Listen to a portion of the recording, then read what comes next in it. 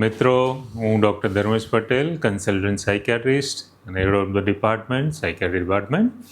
આજે આપને obsessive compulsive ડિસઓર્ડરના લક્ષણો વિશે શોર્ટમાં માહિતી આપીશ. આ લક્ષણો કયા કયા હોય? તો એક છે કોન્ટામિનેશન, કે જેમાં દર્દીને વારે ઘડીએ એવું થાય કે મારા હાથ, મારું શરીર કોન્ટામિનેટ થઈ ગયું છે અને વારે ઘડીએ એમને ધો કરવું પડતું હોય છે.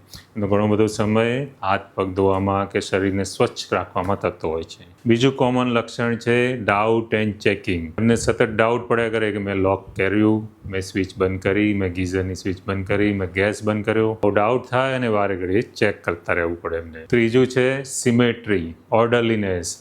એમને દરેક વસ્તુ પર્ટિક્યુલર જગ્યાએ ગોઠવેલી હોવી જોઈએ. જો તેમાં સહેજ પણ આગુબાજુ થયું તો એ ગોઠવ્યા કરશે અને એમનો ખૂબ જ સમય એમાં પસાર થશે. ચોથું છે ઘણા લોકોને નેગેટિવ અથવા ખરાબ સેક્સ્યુઅલ થોટ્સ આવતા હોય છે સગાવાલા પ્રત્યે અથવા ભગવાન પ્રત્યે, જેનાથી એમને ગિલ્ટ ફિલિંગ થતું હોય. એમને ના કરવું હોય તો પણ એવા વિચારો આવી જતા હોય. પાંચમું છે કમ્પલ્સિવ પ્રેઇંગ.